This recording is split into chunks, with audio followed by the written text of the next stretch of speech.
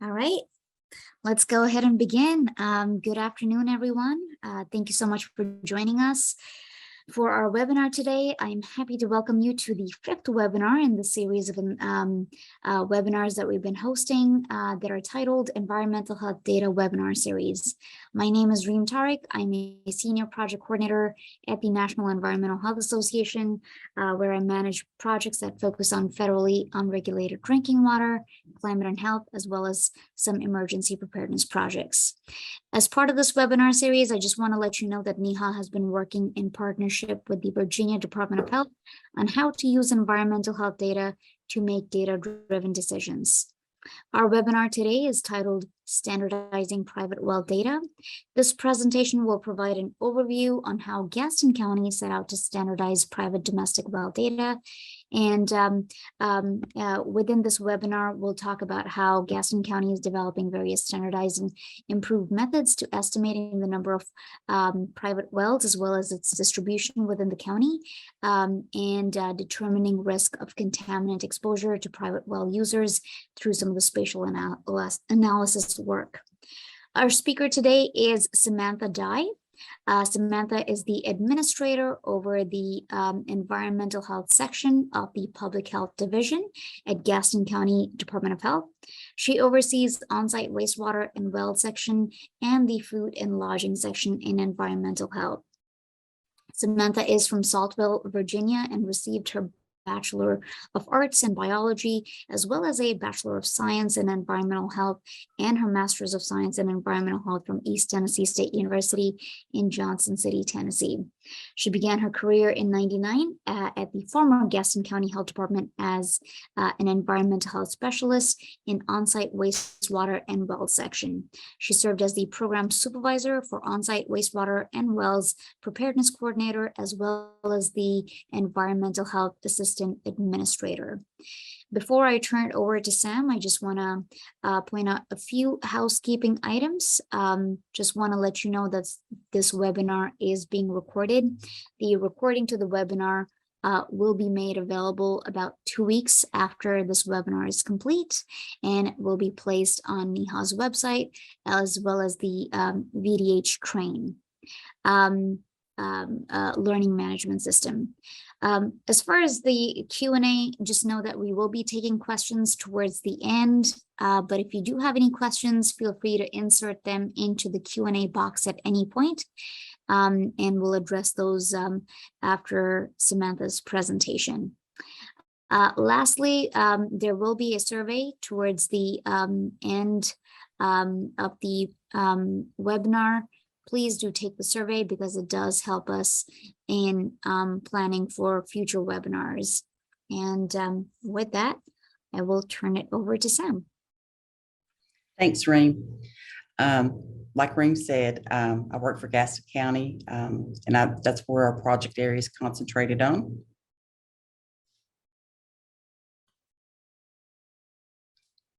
Can you see it, Reem?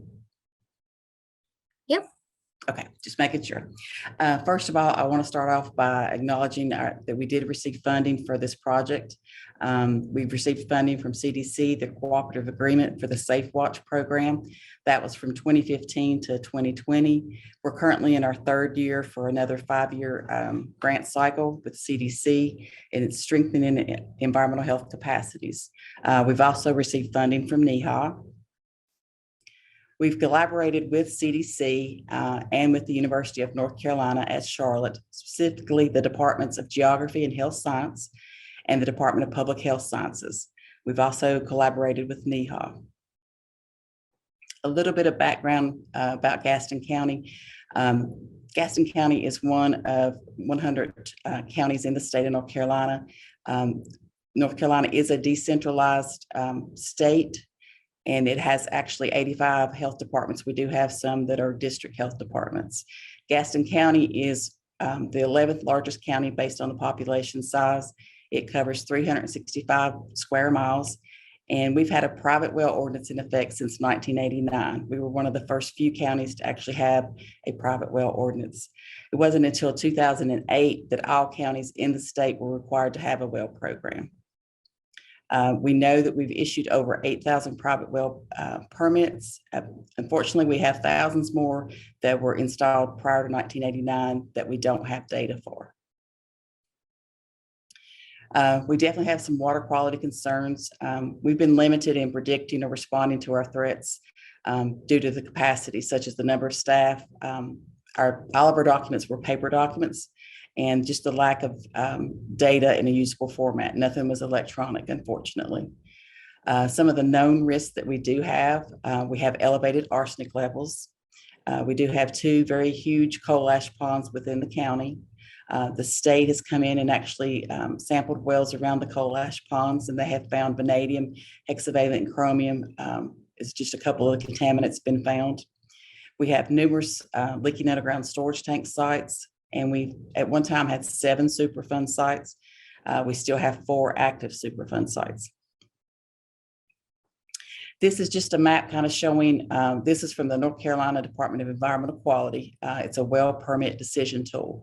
What we actually do is go to this website, and you can see it's got numerous sites on here. The yellow and black ones, they're actually underground storage tanks sites. The green ones are above ground storage tank sites. If you can see some of the little triangles, that's inactive hazardous waste sites. So you can see we've got quite a few sources of contamination. What we have to do is we actually have to give the citizen a copy of this. We zoom into their actual property and give them a copy of this with a 100-foot radius around it so that they can be informed to know what type of contamination is in the area. This is one of the reasons why we are trying to go electronic or went electronic. This is one of our well permits from back in 1989, or excuse me, 1998. You will see that it's all handwritten, hand-drawn. It's starting to fade. So this is just one of the many reasons we needed to do something different with our documents. So what we did is we're working with the University of North Carolina at Charlotte, like I said, and we actually came up with a database design. We had students to scan in all of our documents. From there, they did the data entry from all of these documents. They actually cross-checked them. And then we had a PhD student who actually geocoded all of the documents or all of the addresses for the well locations. He did that down to street level. As part of this project, like I said, the UNCC students scanned them. They actually scanned the applications.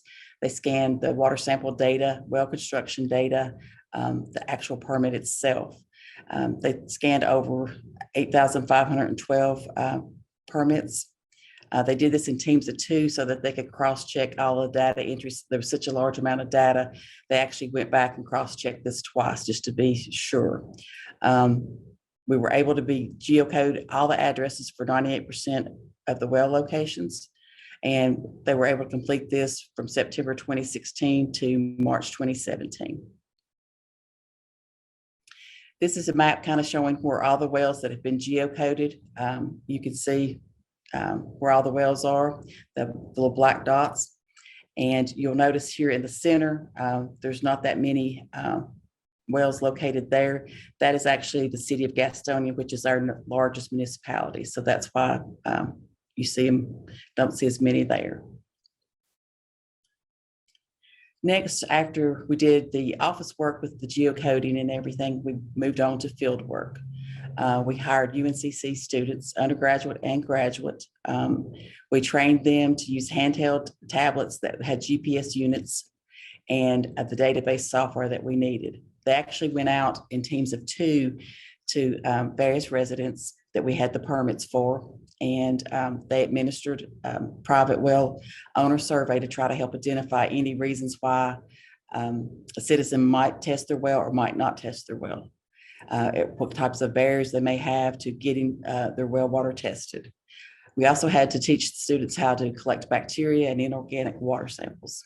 We offered those samples for free, just hoping that they would let us take the GPS points and actually take the survey. Some of the results from the field work, all residents that were visited, and they did go to all the well permits that we had, that we could geolocate the 98%. Every house was visited. If they weren't home or if they didn't want to participate, we did leave them with well and septic brochures to try to provide some educational materials to them. We did provide real world experience to 74 undergraduate and graduate students over the course of this project. They actually collected 2,100 samples for coliform and E. coli and inorganic. Like I said, all of these were for free. It was determined that we had 571 water samples collected that were positive for total coliform, and we had 31 which was positive for E. coli. I really feel like the E. coli ones, looking back at the data, those were older wells, and those were mainly bored wells. We did have 72 wells that came back that had elevated arsenic levels. This is just a map kind of showing where the coliform bacteria in the wells was located. The darker is the ones that were actually tested positive. White areas, those were actually negative tests.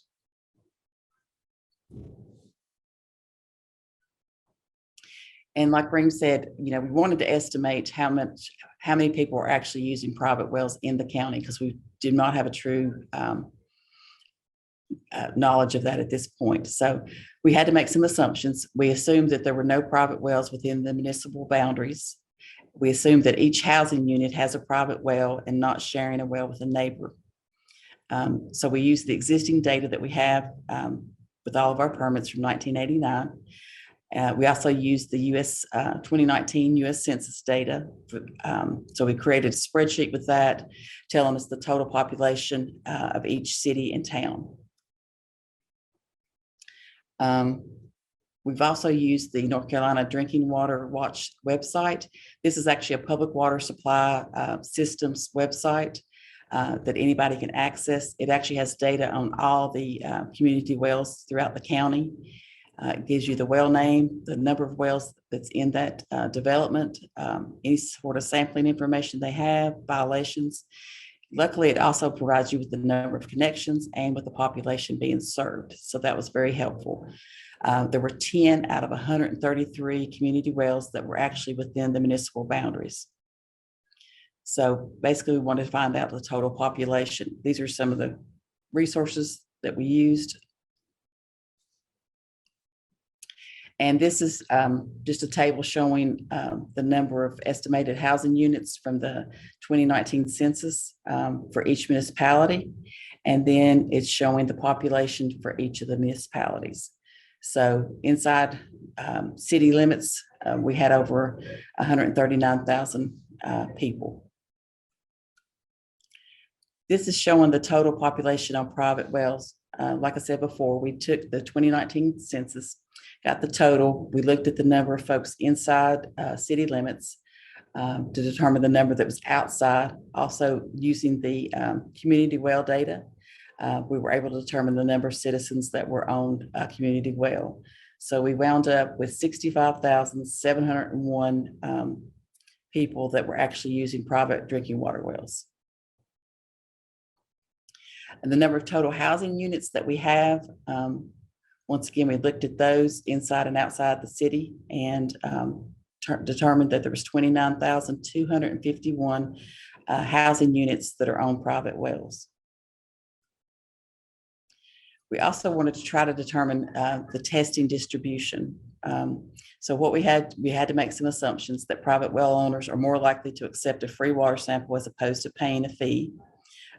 Also, that the majority of requested private well samples were due to a real estate transaction, and that private well owners tend to only request water samples when there is a problem that occurs, such as odor, staining of fixtures, or some sort of unexplained health problem. We also have an environmental health software that we use called custom data processing. It allows us to do ad hoc reporting. So we were able to determine the number of water samples that were paid from the time period of 2015 to 2019. This also lists the ones that were required as well as the ones that were requested. We really didn't have a way of distinguishing the two. So we ended up having to go and just kind of do a manual count. We determined that there was 1,616 water samples requested during that time period. Sometimes they would only request bacteria. Other times they would request both bacteria and inorganic, just depended on what their need was.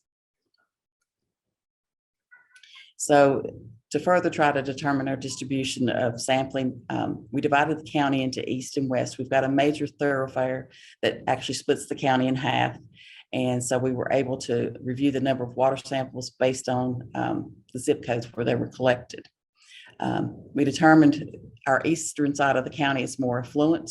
It's got lots of development, higher land values, a lot of lake properties. And on the west side, that is much more rural, lower socioeconomic, and less developed section of the county.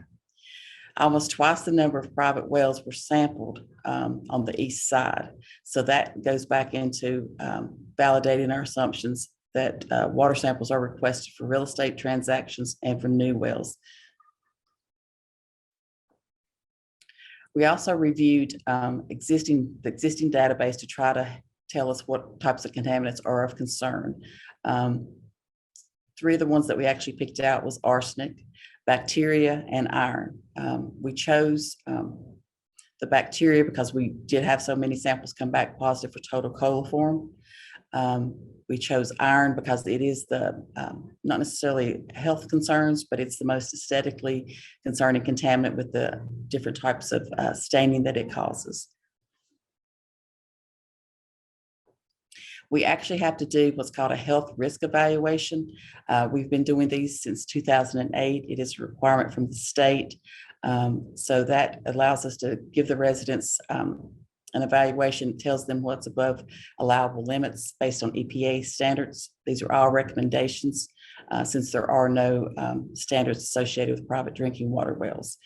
This is just a kind of a guideline for them to go by. It allows us to give them information of possible health concerns and also provide them with information on treatment units they can purchase. This is a map of the iron issues that we have in the county. Of course, the darker is the ones that have more iron in them. These are actually ones that are above the North Carolina recommended allowance of 2.5 milligrams per liter. So we do have quite a few of those. And then the lighter color, the kind of the light tan here, those are between 0.3 and 2.5 milligrams per liter. So it's actually above the recommended EPA standards for iron.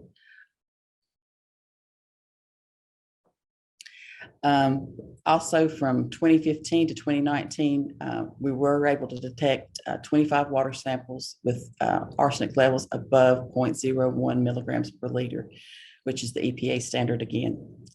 All of these were detected in the northwestern quadrant of the county.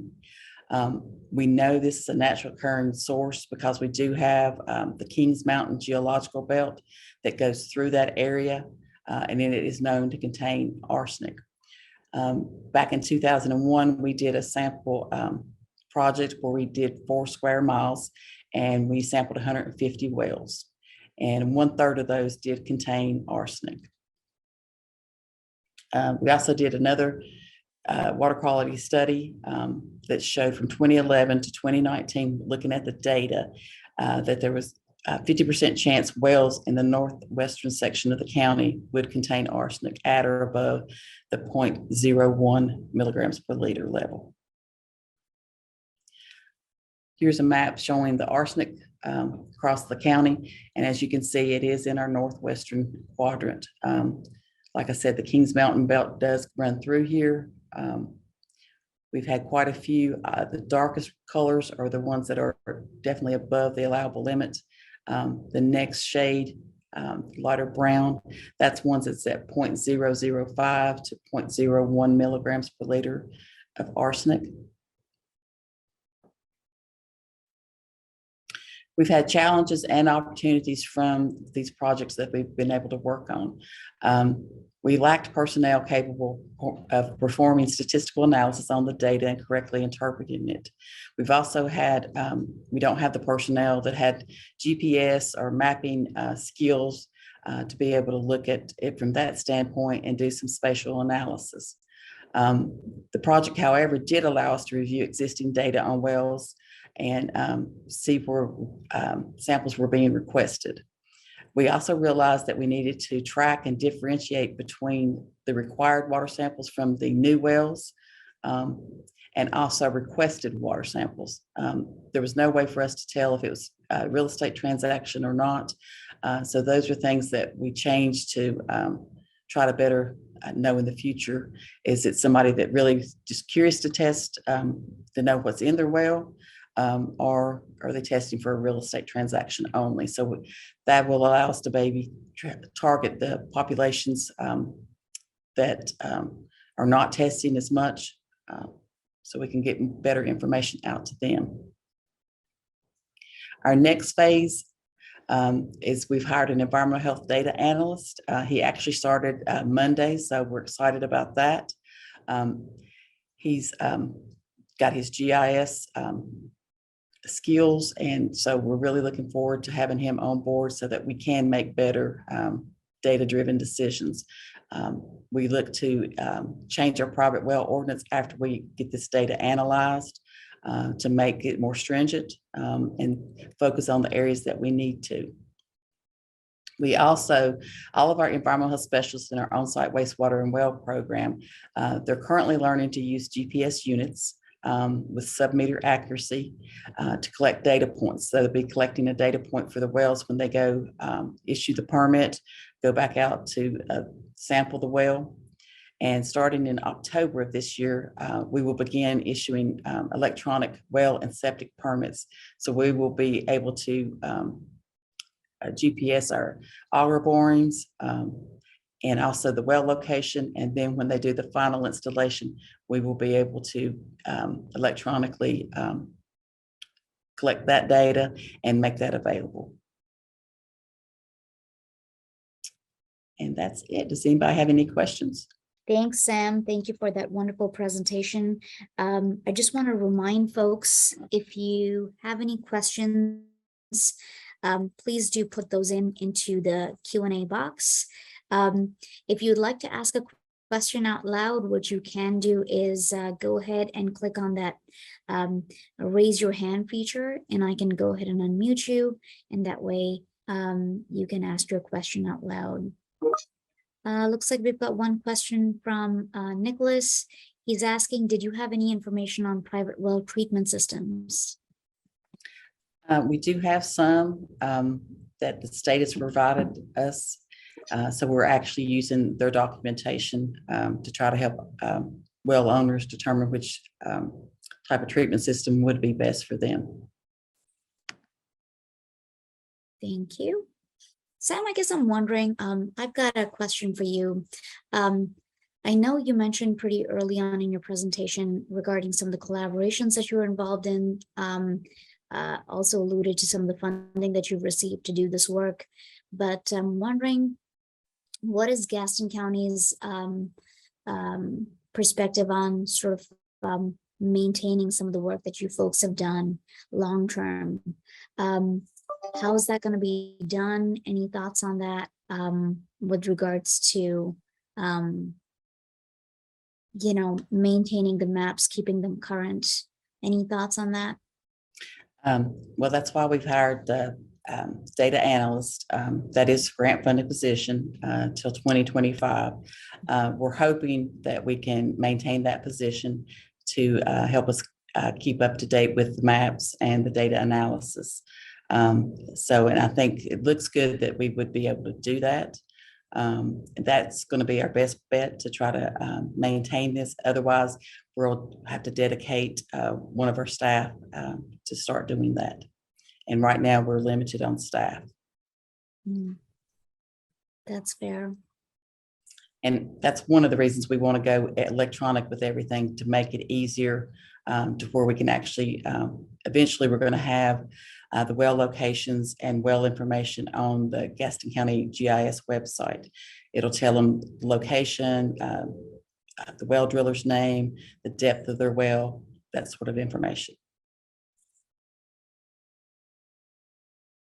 Dan has asked, were the university students paid? Yes, they were. The grants allowed us to be able to pay them.